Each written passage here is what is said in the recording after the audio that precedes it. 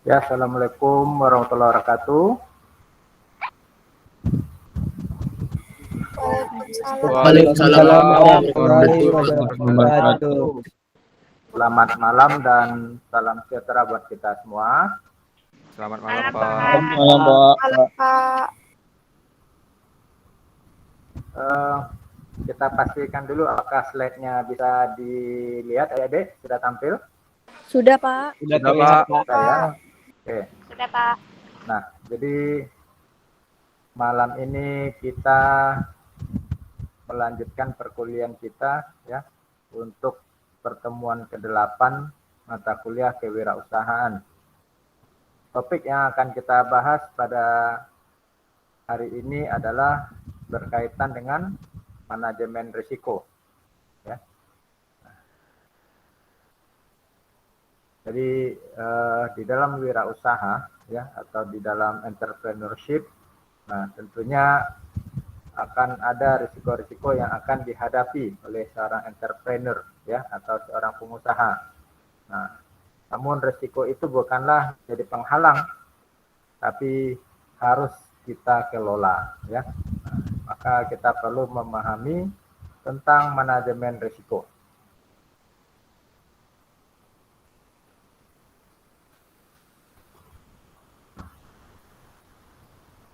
Apa sih sebenarnya yang dimaksud dengan manajemen risiko?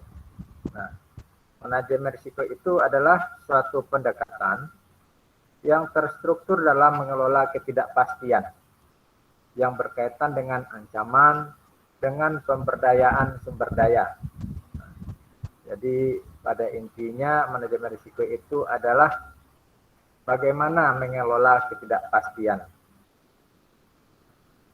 Strateginya adalah bisa berupa memindahkan risiko, menghindari risiko, atau mengurangi risiko. Strategi untuk memindahkan risiko misalnya risiko itu kita alihkan kepada pihak lain ya atau pihak ketiga. Misalnya kita alihkan kepada asuransi ya. Nah, misalnya risiko tempat usaha kita terjadi kebakaran ya, terjadi musibah dan lain sebagainya. Nah, risikonya kita pindahkan, kita alihkan kepada pihak asuransi. Jadi suatu saat jika terjadi musibah dan lain sebagainya ya seperti kebakaran, maka risiko itu sudah ditanggung oleh pihak ketiga.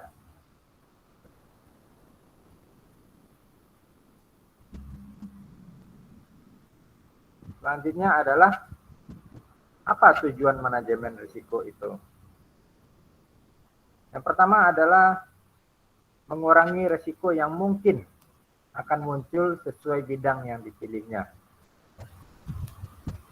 Terpenting dapat diterima oleh masyarakat atau pekerja.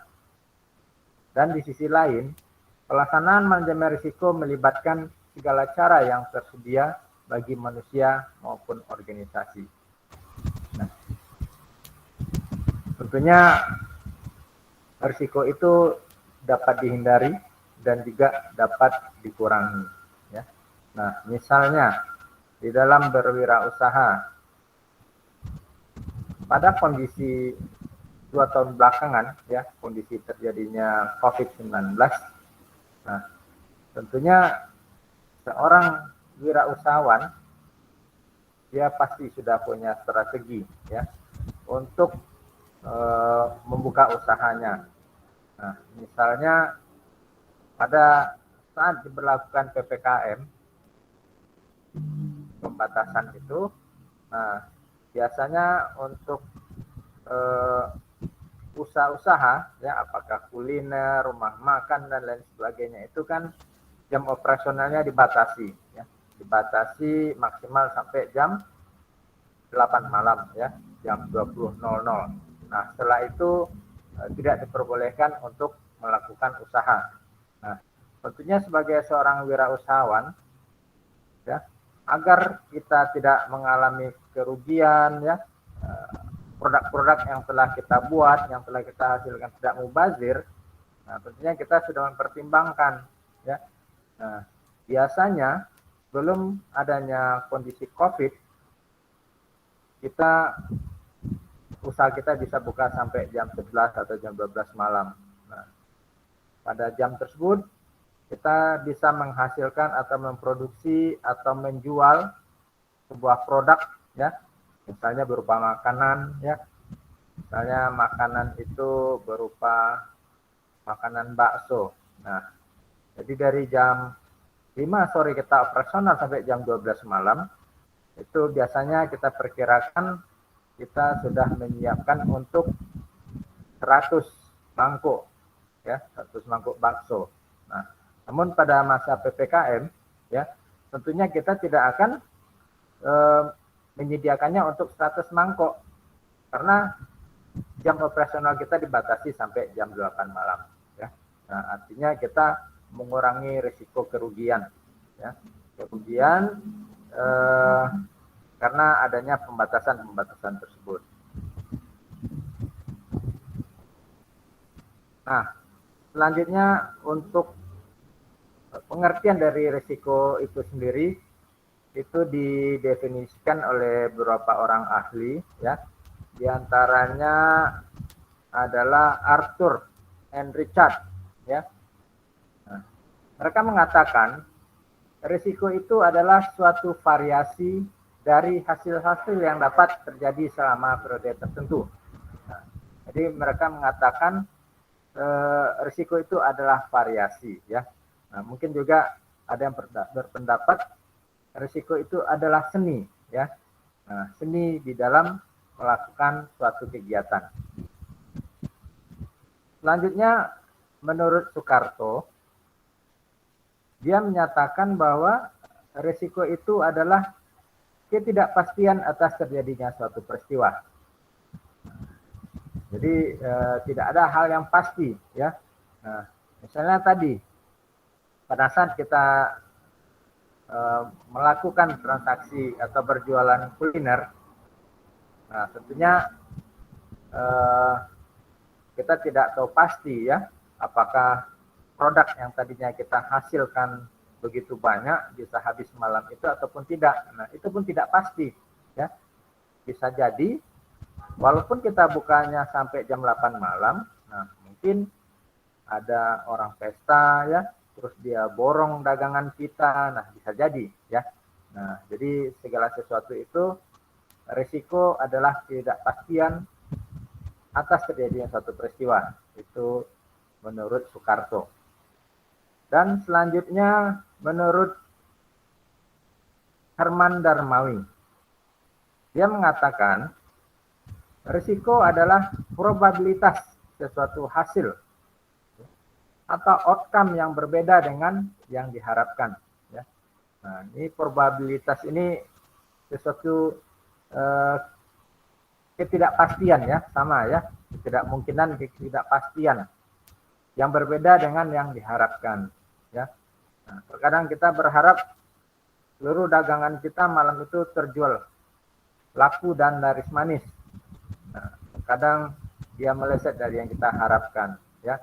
Nah, mungkin disebabkan oleh hujan yang deras, ya, sehingga orang malas keluar, yang tidak punya kendaraan roda 4 tidak bisa keluar, ya. Nah, itu juga terkadang di luar harapan kita.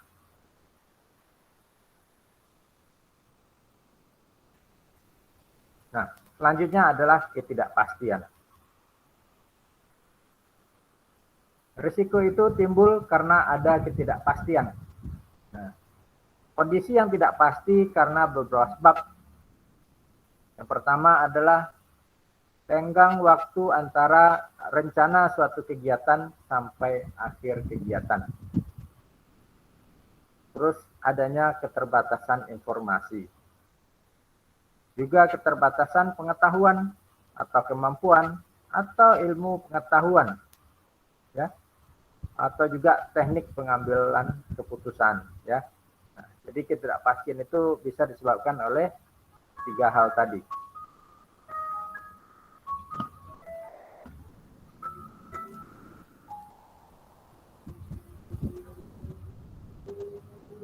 Nah, selanjutnya adalah klasifikasi ketidakpastian. Ini ada ketidakpastian ekonomi, ya, ketidakpastian alam, dan juga ada ketidakpastian manusia. Kita coba lihat satu persatu, ya. Nah, ketidakpastian ekonomi yaitu kejadian yang timbul akibat perilaku dari pelaku ekonomi. Contohnya adalah perubahan sikap konsumen dan perubahan teknologi. Nah, ini ketidakpastian ekonomi, ya. Nah, apalagi dengan berkembangnya gaya hidup masyarakat atau lifestyle. Nah, terkadang produk-produk yang telah kita hasilkan tidak sesuai dengan gaya hidup masyarakat sekarang. Nah, apalagi produk kita itu sasarannya, ya, adalah kaum milenial. Nah, tentunya sikap dari konsumen itu sangat menentukan, ya. Juga bisa jadi karena perubahan teknologi. Nah, dulunya kita menghasilkan sebuah produk, ya, kita membuatnya secara buatan tangan sendiri, ya, handmade. Nah, ternyata sekarang orang membuat produk yang sama sudah menggunakan alat, ya, sudah menggunakan mesin dan juga memasarkannya secara teknologi. Nah, jadi itu beberapa contoh untuk ketidakpastian ekonomi. Selanjutnya, ketidakpastian alam. Hal ini adalah ketidakpastian yang disebabkan oleh alam. Misalnya badai, ya, seperti yang tadi kita ceritakan, kita sudah siapkan semua produknya untuk usaha, ya. Nah, ternyata terjadi badai, terjadi banjir, gempa bumi, atau kebakaran. Ini adalah ketidakpastian alam, ya, yang disebabkan oleh alam itu sendiri. Nah, yang ketiga adalah ketidakpastian manusia. Nah, ini ketidakpastian yang disebabkan oleh manusia.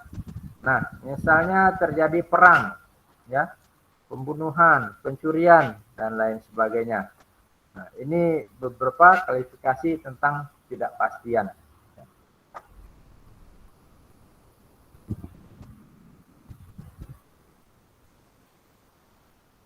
Selanjutnya adalah jenis risiko berdasarkan sifatnya.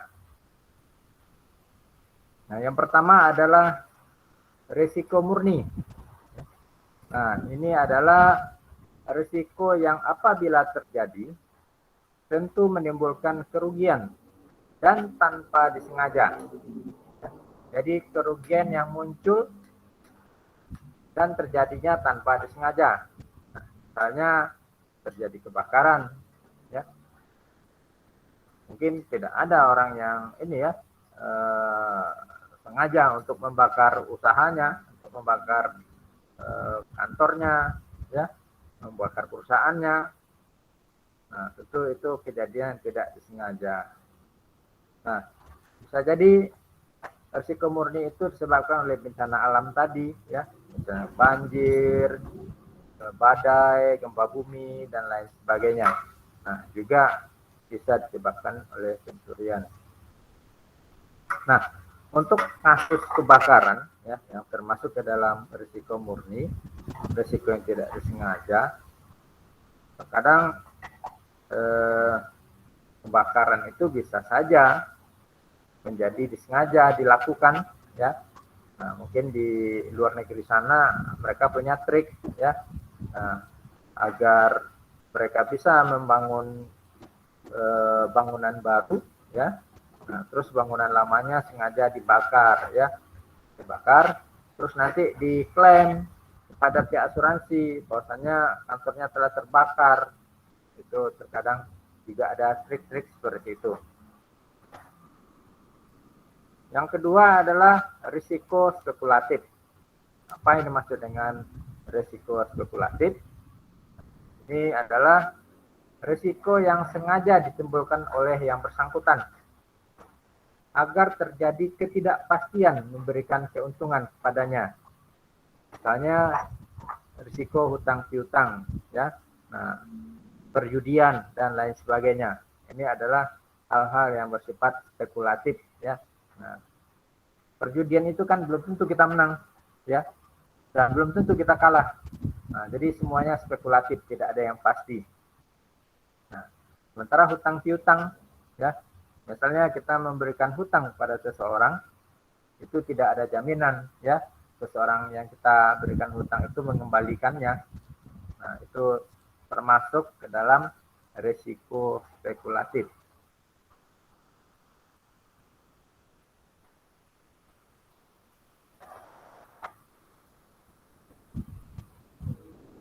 Nah, risiko juga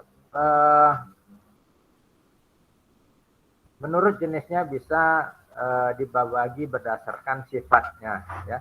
Jadi jenis risiko itu berdasarkan sifatnya, diantaranya adalah risiko fundamental ya. Nah, risiko fundamental ini adalah risiko yang menyebabkan tidak dapat dilimpahkan kepada seseorang dan yang menderita tidak hanya satu ya, misalnya banjir atau angin topan ya, ini termasuk risiko fundamental. Yang mengalami kerugian ini itu lebih dari satu orang.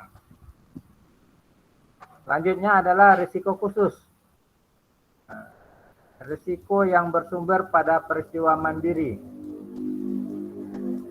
dan umumnya mudah diketahui penyebabnya ya. Nah, misalnya terjadinya kapal kandas ya, atau pesawat jatuh dan lain sebagainya. Ini termasuk ke dalam kategori risiko khusus. Terus ada juga yang disebut dengan risiko dinamis, yaitu risiko yang timbul karena kemajuan masyarakat di bidang ekonomi ya, termasuk ilmu dan teknologi. Nah, ini adalah kebalikan dari risiko statis ya, seperti hari tua, risiko kematian ya. Nah, ini adalah risiko dinamis.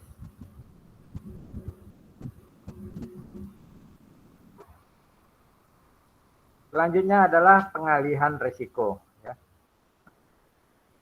Risiko yang dapat dialihkan kepada pihak lain ya, dengan mempertanggungan suatu objek yang akan terkena risiko kepada perusahaan asuransi. Nah, ini pengalihan risiko. Pengalihan risiko kepada pihak ketiga ya, atau pihak lain. Jadi kita memberikan pertanggungan suatu objek yang akan terkena risiko kepada perusahaan asuransi. Apakah nanti risikonya itu gedungnya runtuh ya, apakah terbakar ya, dan lain sebagainya. Risiko yang tidak dapat dialihkan kepada pihak lain ya, umumnya semua jenis risiko spekulatif.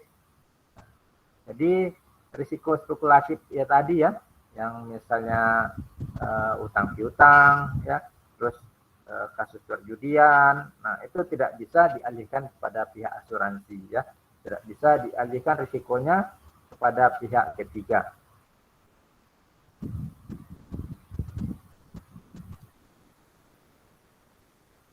Penyebab timbulnya risiko menurut sumbernya. Risiko intern ya, yaitu risiko yang berasal dari dalam perusahaan sendiri, seperti kecelakaan kerja, mismanajemen, dan lain sebagainya. Nah, jadi risiko intern adalah risiko yang disebabkan atau yang berasal dari internal perusahaan sendiri. Ya. Jadi terjadinya kecelakaan kerja, ya, terus pengelolaan perusahaan yang salah dan lain sebagainya, itu termasuk risiko intern. Nah, penyebab timbulnya risiko yang kedua adalah risiko ekstern. Ini adalah kebalikan dari intern tadi, bahwasannya risiko itu bisa berasal dari luar perusahaan.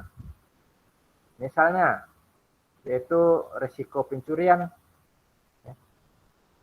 Juga persaingan ya, atau kompetitif ya, kompetensi ya dari perusahaan lain ya. yang kompetitif.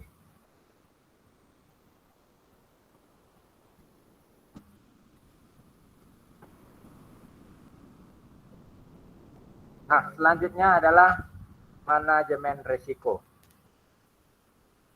Suatu proses mengidentifikasi, mengukur risiko, serta membentuk strategi untuk mengelolanya melalui sumber daya yang tersedia. Manajemen risiko mencakup kegiatan perencanaan, mengorganisir, menyusun, memimpin, dan mengawasi atau mengevaluasi program penanggulangan risiko. Nah, ini yang dimaksud dengan manajemen risiko.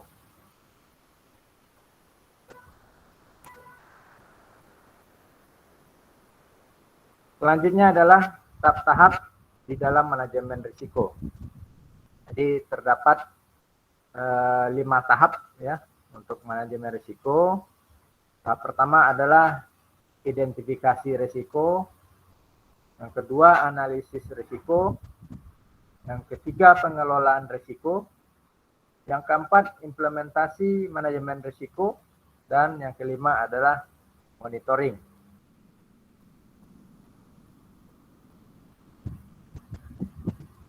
Kita masuk kepada topik yang pertama, yaitu identifikasi risiko. Proses identifikasi risiko meliputi identifikasi risiko yang mungkin terjadi dalam suatu aktivitas usaha. Identifikasi risiko secara akurat dan komplit sangatlah vital dalam manajemen risiko.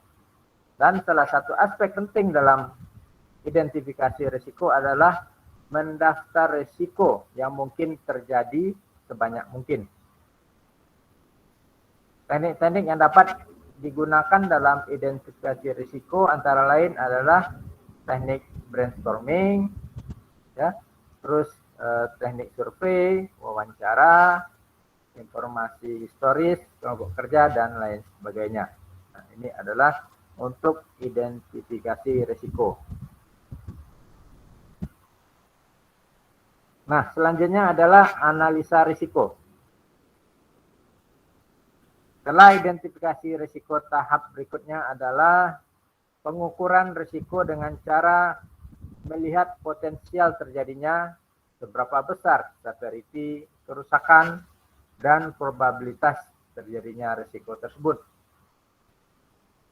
Penentuan probabilitas terjadinya suatu event sangatlah subjektif dan berdasarkan nalar ataupun pengalaman. Beberapa risiko memang mudah untuk diukur, namun sangatlah sulit untuk memastikan probabilitas suatu kejadian yang sangat jarang terjadi. Penting untuk menentukan dugaan yang terbaik agar nantinya kita dapat memprioritaskan dengan baik dalam mengimplementasikan rencana manajemen risiko. Jadi kita harus melakukan analisa terhadap risiko tersebut, bisa saja berdasarkan pengetahuan, berdasarkan pengalaman, dan lain sebagainya.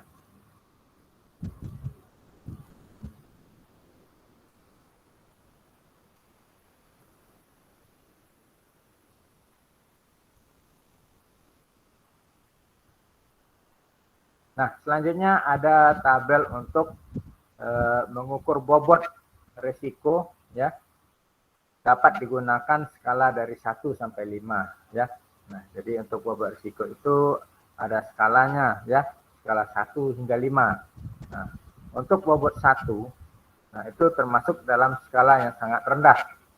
Nah, probabilitasnya adalah hampir tidak mungkin terjadi, Nah, ini risikonya hampir tidak mungkin terjadi jika bobotnya 1. Dampaknya sangat kecil, Nah, terus jika bobotnya bernilai 2, ini termasuk ke dalam skala rendah, Nah, probabilitas risikonya adalah kadang bisa terjadi, Dan dampaknya kecil pada biaya, waktu dan kualitas. Terus untuk bobot yang ketiga itu termasuk ke dalam skala sedang. probabilitas risikonya adalah mungkin tidak terjadi, ya. Nah, dampaknya dampak sedang pada biaya, waktu, dan kualitas. Sementara untuk bobot yang keempat, itu sudah termasuk ke dalam skala tinggi. Probabilitasnya adalah sangat mungkin terjadi. Dan dampaknya secara substansial pada biaya, waktu, dan kualitas. Bobot yang terakhir, bobot yang kelima adalah bobot yang tertinggi, yaitu masuk ke dalam skala sangat tinggi, ya. Sedangkan probabilitasnya adalah hampir pasti terjadi, ya. Dan dampaknya mengancam kesuksesan proyek. Ini adalah tabel, ya, skala 1 hingga 5 untuk mengukur bobot risiko.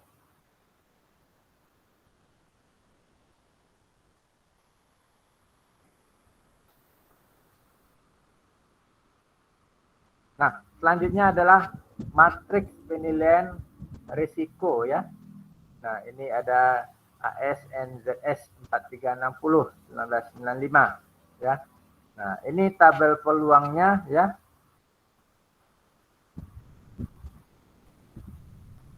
Nah, tabel peluang atau kemungkinan, ya.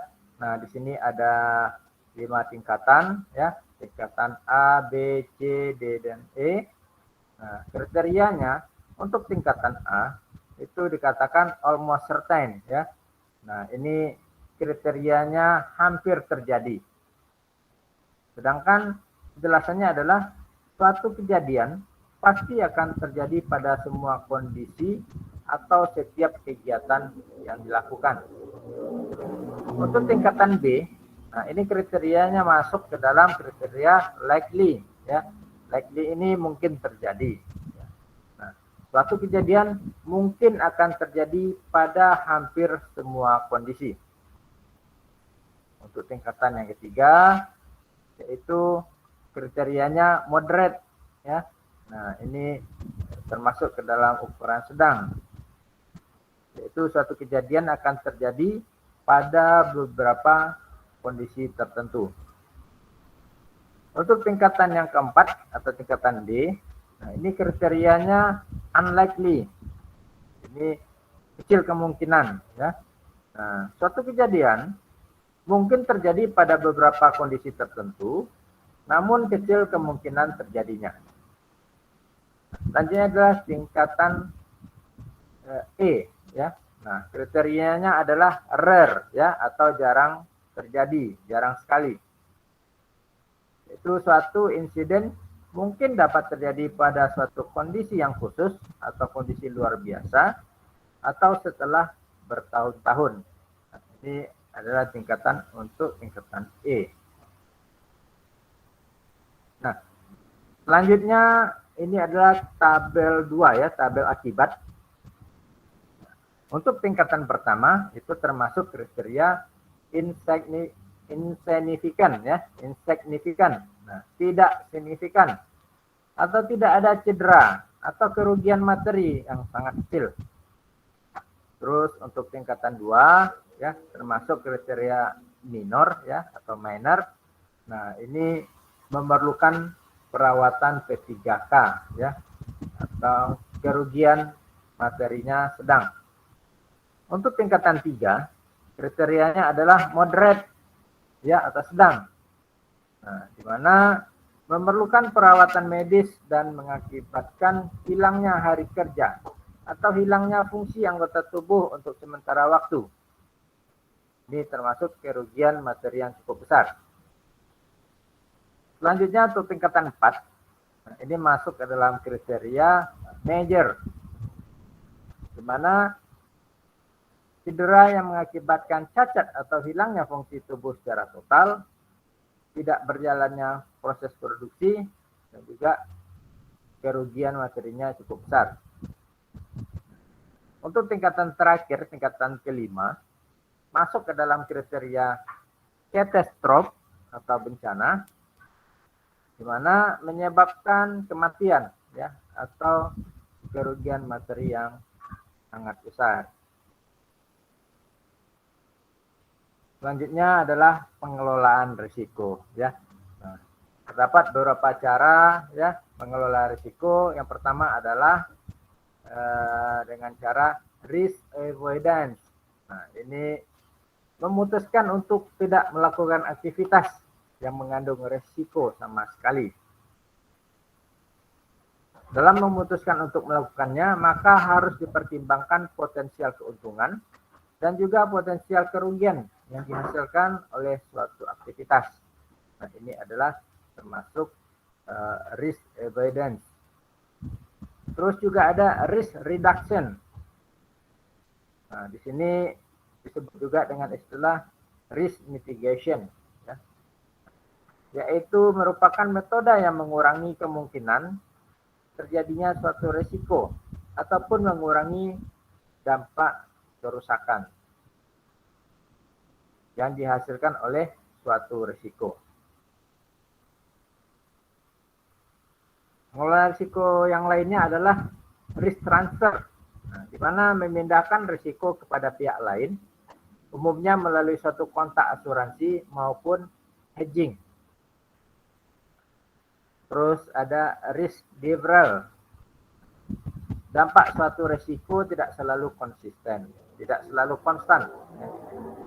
Risk deferral meliputi menunda aspek suatu proyek hingga saat di mana probabilitas terjadinya risiko terlalu kecil. Izin Pak. Selanjutnya adalah risk retention.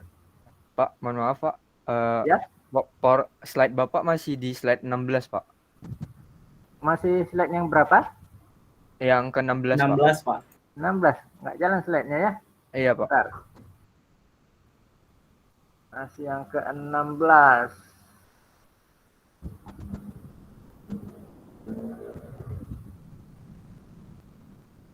Nah, kalau ini terlihat deh, yang ini slide yang ke-17. Terlihat Pak. Terlihat Pak. Oke, ya. Nah, yang ini tadi ya, yang untuk matriks penilaian risiko ya. Nah, mungkin tadi slide-nya tidak terlihat. Nah, seperti yang saya sebutkan tadi, ini slide-nya ya. Untuk tabel akibatnya ada 5 tingkatan. Termasuk kriteria-kriteria dan juga ada penjelasannya. Nah, terus untuk pengelolaan risiko ya, nah bisa dilakukan dengan cara risk avoidance ya. Ini memutuskan untuk tidak melakukan aktivitas yang mengandung risiko ya. Terus ada risk reduction. Nah, terkadang risk reduction ini juga disebut dengan risk mitigation. Nah, ini adalah metode mengurangi kemungkinan terjadinya suatu risiko, ya, mengurangi dampak kerusakan. Nah, ini selanjutnya adalah risk transfer, ya, nah, yaitu memindahkan risiko kepada pihak lain. Nah, biasanya melalui suatu kontrak dengan asuransi ataupun hedging, ya. Terus ada risk deferral. Dampak suatu risiko tidak selalu konstan. Risk deferral meliputi ya menunda aspek suatu proyek hingga saat di mana probabilitas terjadinya risiko sangat kecil. Terus pengelolaan risiko yang lainnya adalah risk retention. Walaupun risiko tertentu dapat dihilangkan ya, dengan cara mengurangi maupun mentransfernya, namun beberapa risiko harus tetap diterima sebagai bagian penting dari aktivitas.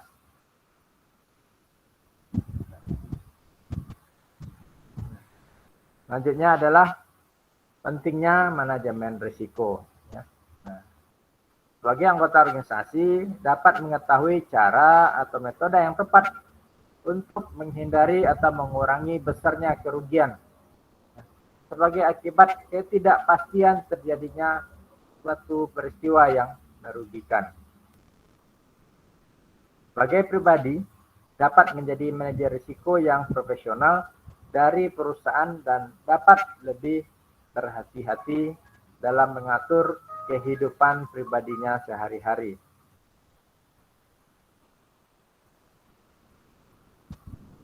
Oke, nah slide-nya sudah habis ternyata, Dedek. Oke, Dedek, sampai di sini ada yang mau didiskusikan atau mau ada yang ditanyakan? Satu hal yang perlu saya sampaikan adalah, ya, nah hari ini kita adalah pertemuan yang ke-8, ya. Nah, minggu depan kita masuk pada pertemuan yang ke-9, ya. Untuk pertemuan ke-9 kita akan melaksanakan UTS, ya, ujian tengah semester. Nah, normalnya UTS itu dilakukan pada minggu yang ke-8, ya. Nah, namun ada juga sebagian dosen, ya, melaksanakannya di minggu ke-9 ataupun minggu ke-10, ya. Nah, ini tergantung situasi dan kondisi. Khusus untuk mata kuliah kita kewirausahaan, ya, kita akan mengadakan UTS untuk minggu depan, ya. Nah, UTS-nya apakah nanti kita adakan siang hari atau malam seperti ini? Nah, nanti tergantung kesepakatan kita semua. Nah, kalau menurut adik-adik, kita UTS-nya ambil siang atau ambil malam? Kita buat Siang aja, Pak. Siang, Pak. siang aja, Siang, ya. Pak. Oke, nah Siang, Pak. kita siang UTS-nya nanti sesuai jadwal, ya, jam 1, ya. Jadwal perkuliahan kan jam 1 tepat, ya, 13.00. Nah, jadi kita akan adakan pada siang hari. Nah, materinya adalah dari pertemuan pertama hingga pertemuan malam ini. Terus bentuk soal UTS, ya. Bentuk soal UTS itu menjadi 2 bagian, ya. Nah, bagian pertama itu adalah soal yang berbentuk pilihan, ya.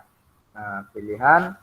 Jadi ada soal, nanti jawabannya itu bisa dipilih antara A, B, C, D, dan E, ya.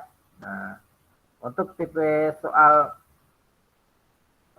benar salah, ya, seperti kita SD dulu itu tidak kita adakan, ya. Nah, biasanya sih untuk soal ujian seperti pilihan itu sebetulnya tidak cocok untuk levelnya mahasiswa, ya. Nah, biasanya untuk levelnya mahasiswa itu lebih kepada soal-soal yang memerlukan pemecahan dan penalaran, ya. Nah, bagaimana dia menyelesaikan suatu studi kasus, ya. Nah, itu untuk kondisi normal, ya. Nah, tapi sekarang ini kan kondisi kita perkuliahannya tidak tatap muka, ya, kebanyakan online. Nah, makanya untuk ujian mata kuliah kewirausahaan kita akan buat 2 versi, ya. Soalnya 2 versi. Versi yang pertama adalah versi pilihan, ya. Nah, pilihan, ya, A, B, C, D, E. Nah, versi yang kedua adalah versi esai, ya. Nah, jadi nanti adik-adik diberikan sebuah studi kasus, ya. Terus adik-adik menjawabnya sesuai dengan pemikiran, ya, sesuai dengan strategi, tapi tetap mengacu kepada bahan-bahan untuk kewirausahaan tersebut. Jadi nanti akan ada 2 Google Form, ya. Jadi ada 2 bentuk Google Form untuk soal ujian, ya. Nah, sampai di sini adik-adik bisa paham? Atau ada yang Pak, ditanyakan izin tentang tadi UTS? boleh, Pak? Ya, silakan. Bisa, Pak. Dari kelas B kan, Pak, kecerdasan buatan juga masuk, Pak, jam segitu. Itu gimana ya, Pak? Gimana? Kurang jelas? Kan kecerdasan buatan kan kami juga masuk, Pak. Itu nggak tahu entar jam berapa juga kan, Pak, selesai. Dan itu, Pak, lama pengerjaan untuk UTS-nya itu berapa jam ya, Pak? Berapa menit maksudnya, Pak? Nah, jadi ini ada yang bentrok dengan mata kuliah yang lain, ya. Iya Pak, cuman kecerdasan buatan Nah, aja Pak. jadi Takutnya nanti mana tahu kan Pak, dari kelas B kan kami juga kami belum. yang angkatan 11 jam segitu belum selesai.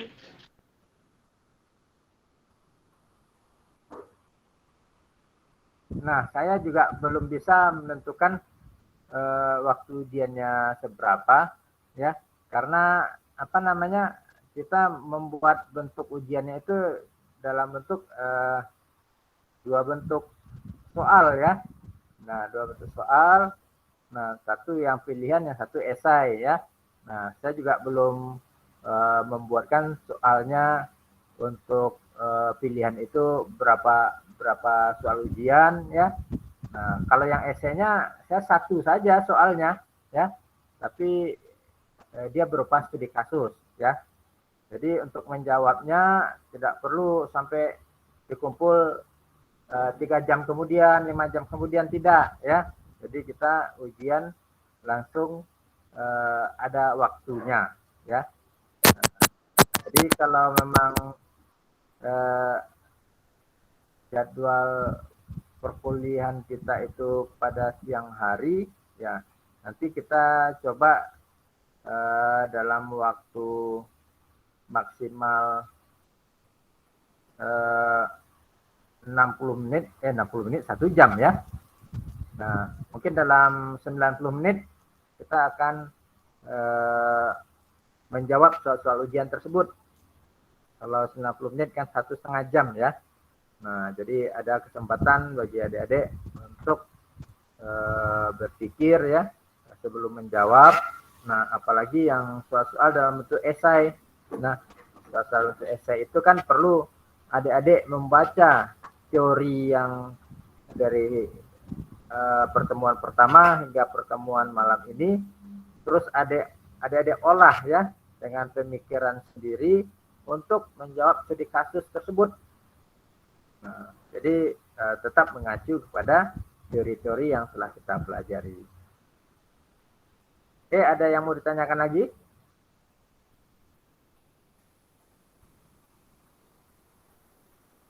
Nah, selanjutnya adik-adik, ya, untuk pertemuan malam ini jangan lupa untuk mengisi absen kehadiran, ya. Nah, jadi ada berupa orang, ya, 2 orang, ya, kalau saya tidak salah tadi izin tidak masuk hari ini, ya, karena mengikuti lomba kontes robot, ya. Nah, tadi saya dapat suratnya untuk izin dari mereka, ya, untuk tidak mengikuti perkuliahan. Baik, adik-adik semua, jika tidak ada lagi yang mau ditanyakan dan didiskusikan, sekarang kita silakan di-on-kan cam-nya, kameranya, kita akan buat absen kehadiran, ya.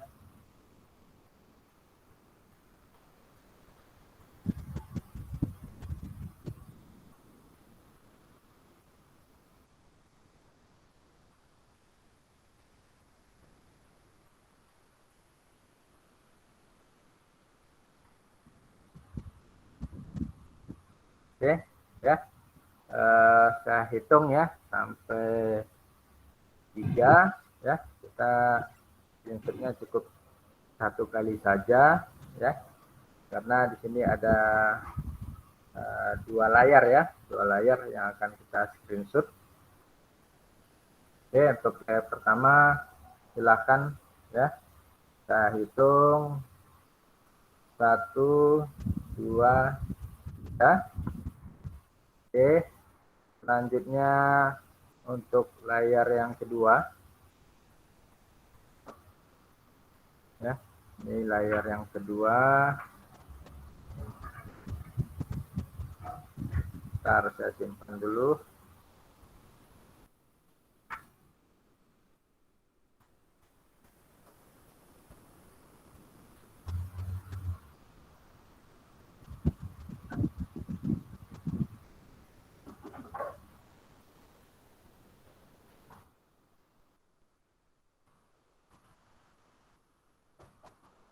Oke, untuk yang kedua siap-siap, ya.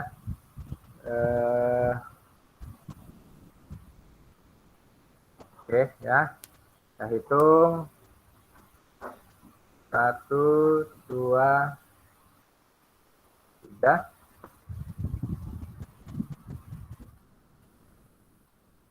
Bentar, simpan dulu.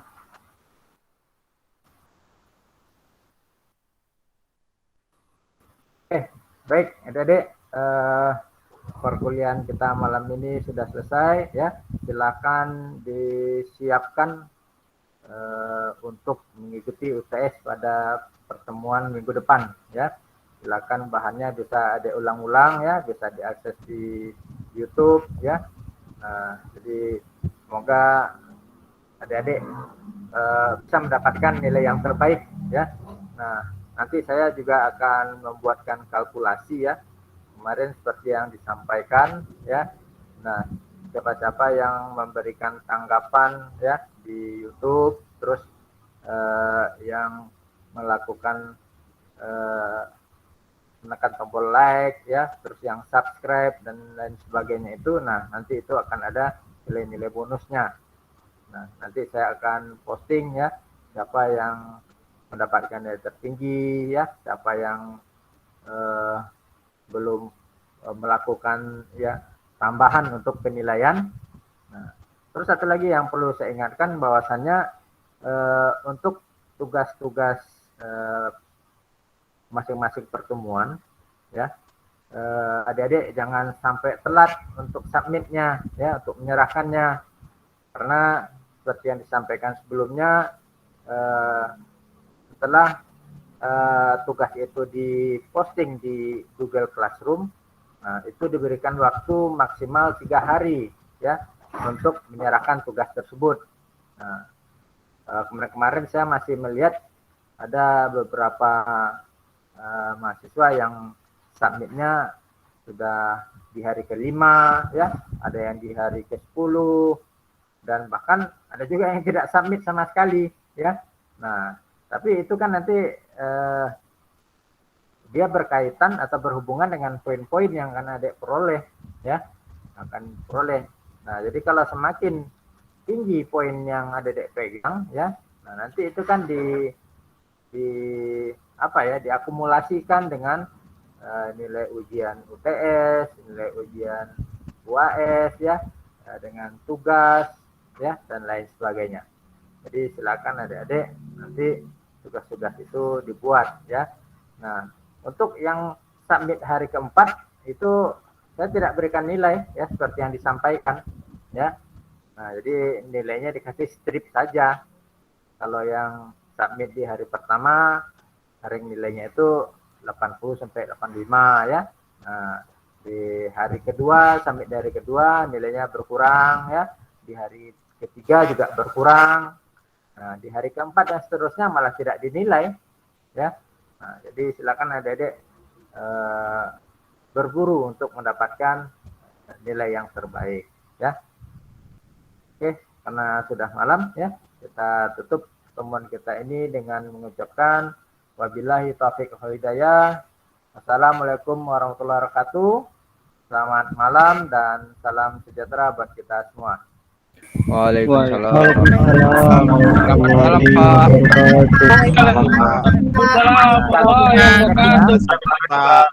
Terima kasih banyak, Pak. Terima kasih banyak, Pak. Terima kasih banyak, Pak. Banyak, Pak. Terima kasih banyak, Pak.